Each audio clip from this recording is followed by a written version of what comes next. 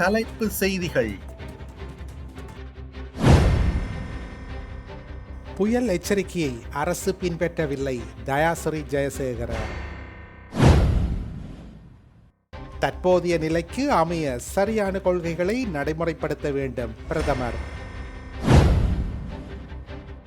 தொலைபேசி இணைய சேவைகள் முழுமையாக மீட்டெடுக்கப்படும், டிஜிட்டல் பொருளாதார பிரதி அமைச்சர்.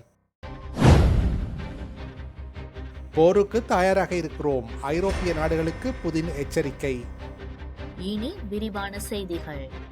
புயல் மற்றும் வெள்ளம் தொடர்பில் காலநிலை ஆராய்ச்சி மையம் அரசாங்கத்திற்கு முன்கூட்டியதாகவே எச்சரிக்கை விடுத்துள்ளது. ஆனால் அந்த தகவல்களை அடிப்படையாக கொண்டு முன்னெச்சரிக்கை நடவடிக்கைகளை அரசாங்கம் எடுக்கவில்லை. இது கவலைக்குரியது. பாதிக்கப்பட்ட மக்களுக்கு நிவாரணம் அளிக்க விரைவான நடவடிக்கைகளை மேற்கொள்ள வேண்டும் என ஐக்கிய மக்கள் சக்தியின் குருநாகல் மாவட்ட பாராளுமன்ற உறுப்பினர் தயாசிறி ஜெயசேகர தெரிவித்துள்ளார். பாராளுமன்றத்தில் புதன்கிழமை நடைபெற்ற 2026ஆம் ஆண்டுக்கான வரவு செலவு திட்டத்தின் பெருந்தோட்டத்துறை, சமூக உட்கட்டமைப்பு அமைச்சு, வர்த்தகம் மற்றும் உணவு பாதுகாப்பு அமைச்சு மற்றும் நிதி திட்டமிடல் மற்றும் பொருளாதார அபிவிருத்தி அமைச்சு ஆகிய அமைச்சுகளுக்கான நிதி ஒதுக்கீடு மீதான குழுநிலை விவாதத்தில் உரையாற்றும் போதே அவர் இவ்வாறு தெரிவித்துள்ளார். அங்கு அவர் மேலும் கூறியதாவது: நாட்டில் ஏற்பட்ட இயற்கை அனர்த்தத்தால் ஏற்பட்ட பாதிப்புகள் மற்றும் உயிரிழப்புகளை இட்டு பெரும் வேதனை அடைகின்றோம். நாட்டின் சகல பிரதேச செயலக பிரிவுகளுக்கும் ஒரே சமயத்தில் பாதிக்கப்பட்ட ஒரு அனர்த்தமாகவே இது காணப்படுகின்றது. அரசாங்கம் 2005ஆம் ஆண்டு 13ஆம் இலக்க அனர்த்த முகாமைத்துவ சட்டத்தின் பிரகாரம் செயற்பட்டதா என்பதில் பாரிய சந்தேகம் காணப்படுகின்றது. சர்வதேச மட்டத்தில் தேர்ச்சி பெற்ற அதிகாரிகள் அனர்த்த முகாமைத்துவ மத்திய நிலையத்திலிருந்து நீக்கப்பட்டார்கள். அரசாங்கம் தனக்கு தேவையானவர்களை நியமித்தது. 2016ஆம் ஆண்டு காலப்பகுதியில் தேசிய அனர்த்த முகாமைத்துவ நிவாரண சேவை ஊடாக சகல பிரதேச செயலகங்களுக்கும் படகு மற்றும் உயிர்காக்கும் இயந்திரங்கள் வழங்கப்பட்டன. இந்த அரசாங்கம் அனர்த்த முகாமைத்துவத்துக்காக எவ்வித முன்கூட்டிய நடவடிக்கைகளையும் கடந்த ஒரு வருட காலமாக மேற்கொள்ளவில்லை. புளியாப்பிட்டிய பகுதியில் வெள்ள அனர்த்தம் ஏற்பட்ட போது பிரதேச செயலக பிரிவிலிருந்து படகுகள் இயக்கவில்லை. மீனவர்களின் படகுகளை பெற்றுக்கொண்டு மீட்பு பணிகளில் ஈடுபட்டோம். புயல் மற்றும் வெள்ளம் தொடர்பில் காலநிலை ஆராய்ச்சி மையம் அரசாங்கத்திற்கு முன்கூட்டியதாகவே எச்சரிக்கை விடுத்துள்ளது. ஆனால் அந்த தகவல்களை அடிப்படையாக கொண்டு முன்னெச்சரிக்கை நடவடிக்கைகளை அரசாங்கம் எடுக்கவில்லை. இது பெரும் கவலைக்குரியது. வெள்ளம் பெருக்கெடுத்ததன் பின்னரே மிகவும் தாமதமான நிலையில் பிரதான நீர்த்தேக்கங்களின் வான்கதவுகள் திறக்கப்பட்டன. இதனால் தான் பெருமளவிலான பகுதிகள் வெள்ள நீரில் மூழ்கின. இந்த நெருக்கடியான நிலையில் எதிர்க்கட்சிகள் அரசாங்கத்தை நெருக்கடிக்குள்ளாக்கவில்லை, முழுமையான ஒத்துழைப்பு வழங்கினோம். பாதிக்கப்பட்ட மக்களுக்கு அரசாங்கம் விரைவாக நிவாரணம் அளிக்க வேண்டும். பெருமளவானவர்களின் தொழிற்துறைகள் பாதிக்கப்பட்டுள்ளன. இவர்களின் வங்கிக் கடன் தொடர்பில் விசேட கவனம் செலுத்தி கடன் செலுத்துவதற்கு நிவாரண காலம் வழங்க வேண்டும் என்று கேட்டுக்கொள்கின்றேன் என அவர் தெரிவித்துள்ளார். தற்போது ஏற்பட்டிருக்கும் சூழ்நிலைகளின் காரணமாக நாம் தந்திரோயமான ரீதியில் செயற்பட வேண்டியுள்ளதுடன் எமது வரவு செலவு திட்டத்திலும் தற்போதைய நிலைமைக்கு ஏற்றவாறு சில மாற்றங்களை செய்ய வேண்டியிருக்கும் என பிரதமர் ஹரிணி அமரசூரிய தெரிவித்துள்ளார். கொழும்பு ஷங்கரில்லா ஹோட்டலில் நடைபெற்ற இலங்கை பொருளாதார மற்றும் முதலீட்டு மாநாடு 2025இல் கலந்து கொண்டு உரையாற்றும் போதே பிரதமர் கலாநிதி ஹரிணி அமரசூரிய இவ்வாறு தெரிவித்துள்ளார். முதலீடுகளுக்கான தேவையான பின்னணியையும் சூழலையும் சரியாக அமைத்துக் கொள்ளாவிட்டால் எம்மால் மீண்டும் கட்டியெழுப்பவும் எமது நீண்டகால இலக்குகளை அடையும் முடியாது போய்விடும்.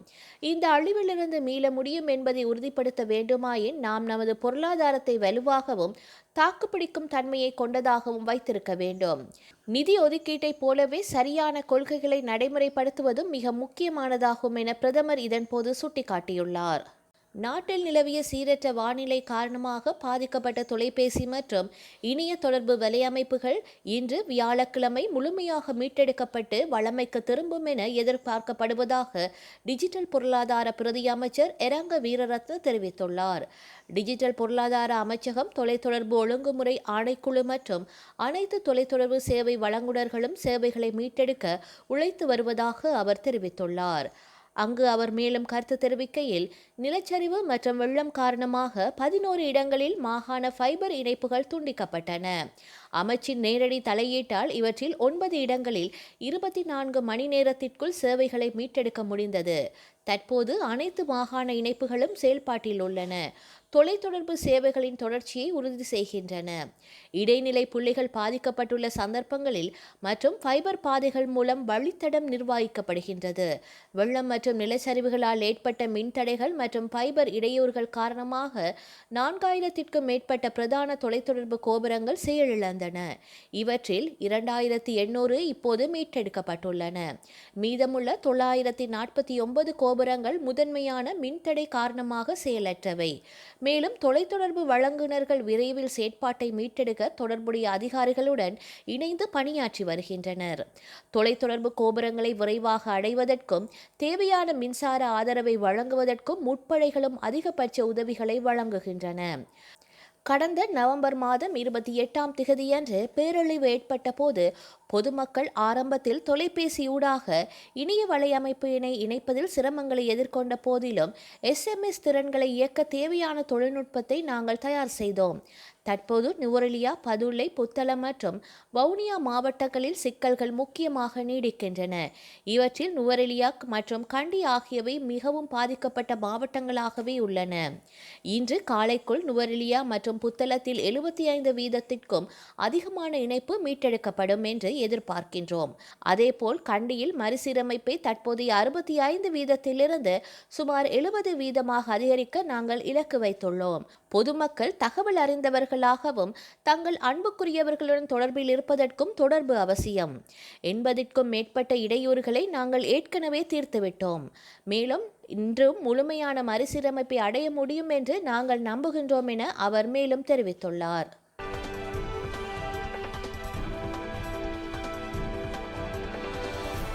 அமெரிக்காவில் நவம்பர் மாதம் முதல் மார்ச் மாதம் வரை குளிர்காலம் நிலவும். அந்த சமயத்தில் கடும் பனிப்புயல்கள் தாக்குகின்றன. இந்த நிலையில் அமெரிக்காவில் பனிப்புயல் தாக்கி வருகின்றது. கடந்த ஒரு வாரத்தில் மட்டும் 2 பனிப்புயல்கள் தாக்கியுள்ளன. தற்போது 3வது பனிப்புயல் உருவாகி இருக்கின்றது. இந்த புதிய பனிப்புயல் அதிதீவிர பனிப்புயலாக மாறியுள்ளது. இந்த அதிதீவிர பனிப்புயலால் 5.5 கோடி பேர் பாதிக்கப்பட்டுள்ளனர். கொலராடோ மாகாணத்தில் ராக்கி மலைப்பகுதியில் 1 அடி உயரத்திற்கு பனி விழுந்துள்ளது. கன்சாஸ் சிட்டியில் 10 சென்டிமீட்டர் அளவும் சென்ட் லூசியஸில் 7 சென்டிமீட்டர் அளவும் பனி பதிவாகியுள்ளது. அமெரிக்காவின் வடமேற்கில் மொண்டானோ முதல் கிழக்கு கடற்கரையில் உள்ள மைனோ வரை 2500 கிலோமீட்டர் நீளத்திற்கு 27 மாகாணங்களுக்கு அதிதீவிர பனிப்புயல் எச்சரிக்கைகளை வானிலை மையம் விடுத்துள்ளது. 1967ஆம் ஆண்டு நடைபெற்ற அரபு நாடுகளுக்கு எதிரான போரில் இஸ்ரேல் வெற்றி பெற்றது. அப்போது ஜோர்தானிடமிருந்து கிழக்கு எருசலேம், சிரியாவிலிருந்து கோலன் ஹைட்ஸ் மற்றும் எகிப்திடமிருந்து காசா பகுதி மற்றும் சீனாய் தீபகற்பம் உள்ளிட்ட மேற்கு கரையை இஸ்ரேல் கைப்பற்றியது. இந்நிலையில் நேற்று நடைபெற்ற ஐநா சபை கூட்டத்தில் இஸ்ரேலுக்கு எதிரான எகிப்து தீர்மானம் கொண்டு வந்தது. இந்த தீர்மானத்தில் சிரியாவின் கோலன் பகுதியை இஸ்ரேல் ஆக்கிரமித்து இருப்பதை சட்டவிரோதம் என்றும் அப்பகுதியை விட்டு அந்த நாடு வெளியேற வேண்டும் என்று எகிப்து கோரியிருந்தது. எகிப்து கொண்டு வந்த இந்த தீர்மானத்திற்கு இந்தியா உள்ளிட்ட 123 நாடுகள் ஆதரவு தெரிவித்திருந்த நிலையில் 7 நாடுகள் எதிர்ப்பும் 43 நாடுகள் புறக்கணிப்பும் செய்தன. இந்த முடிவில் இந்த தீர்மானம் ஐநா சபையில் நிறைவேறியது.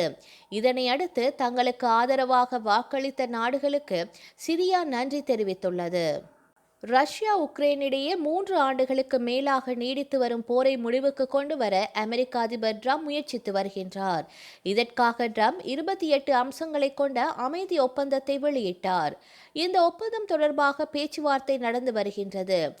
அமைதி ஒப்பந்தத்தில் சில மாற்றங்கள் செய்ய வேண்டும் என்று உக்ரைனும் அந்நாட்டிற்கு ஆதரவாக உள்ள ஐரோப்பிய நாடுகளும் வலியுறுத்தின. இதையடுத்து அமைதி ஒப்பந்தத்தில் சில திருத்தங்கள் செய்யப்பட்டன.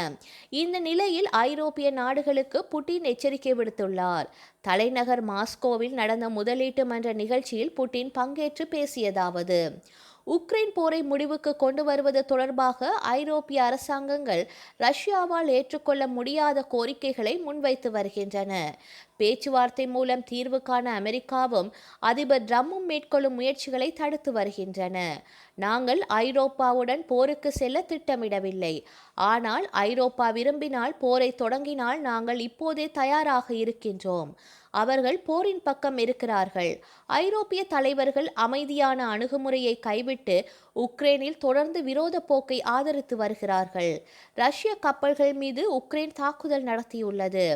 இது ஒரு கடற்கொள்கையாகும். இதற்கு பதிலடியாக உக்ரைன் துறைமுகங்கள் மற்றும் கப்பல்கள் மீதான தாக்குதல்கள் விரிவுபடுத்தப்படும்.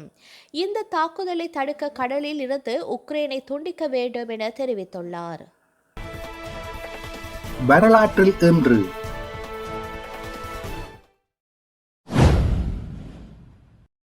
1984 மன்னார் படுகொலைகள். இலங்கை படையினர் மன்னாரில் 150 தமிழ் பொதுமக்களை படுகொலை செய்தனர். 1991 டெரி ஆண்டர்சன் என்ற அமெரிக்க ஊடகவியலாளர் கடத்தப்பட்டு 7 ஆண்டுகளுக்கு பின்னர் பெய்ரூட்டில் விடுவிக்கப்பட்டார். 1991 ஐக்கிய அமெரிக்காவின் பான் ஆம் விமான சேவை தனது சேவைகளை நிறுத்திக் கொண்டது. 1992 அமெரிக்கா சோமாலியாவுக்கு 28,000 அமெரிக்க படை வீரர்களை அனுப்ப அமெரிக்க ஜனாதிபதி ஜார்ஜ் H.W. புஷ் உத்தரவிட்டார். செய்திகளை உடனுக்குடன் தெரிந்து கொள்ள உடனே சப்ஸ்கிரைப் செய்து பெல் பட்டனை கிளிக் பண்ணவும்.